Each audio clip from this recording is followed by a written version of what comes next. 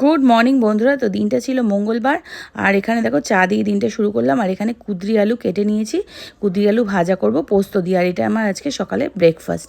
আর এখানে সর্ষে, পোস্ত আর দই, কাঁচা লঙ্কা দিয়ে একটা পেস্ট বানিয়ে নিলাম। এর মধ্যে নুন, চিনি, হলুদ আর দেবো হচ্ছে গন্ধরাজ লেবু জেসটা, যেটা জিয়া সেদিন রুবিদের বাড়িতে খেয়ে এসেছিলো, ওই জন্য এইভাবে আমাকে করতে বললো, তো আমিও করলাম। আর এখানে মাছটা হালকা ভেজে রেখেছি, কাতলা মাছ, তো এটার মধ্যে মাখিয়ে ওপর দিয়ে কাঁচা সর্ষের তেল দিতে হবে, দিয়ে মাইক্রোওভেনে 10 মিনিটের জন্য বসিয়ে দিলাম। খুব সুন্দর হয়েছিল মাছের ফ্লেভারটা।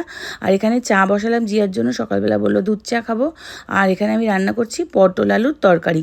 শুধু পটল আলু না, ওর মধ্যে কুমড়ো আর ছোলা দিয়ে কুমড়ো আলু পটলের ছক্কা।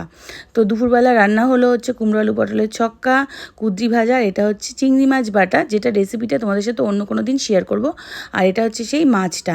আর এখানে বিকেলবেলা পম্পারা এসেছিলো, ওদের সঙ্গে একটু গল্পগুজব করে এইভাবেই দিনটা কাটলো।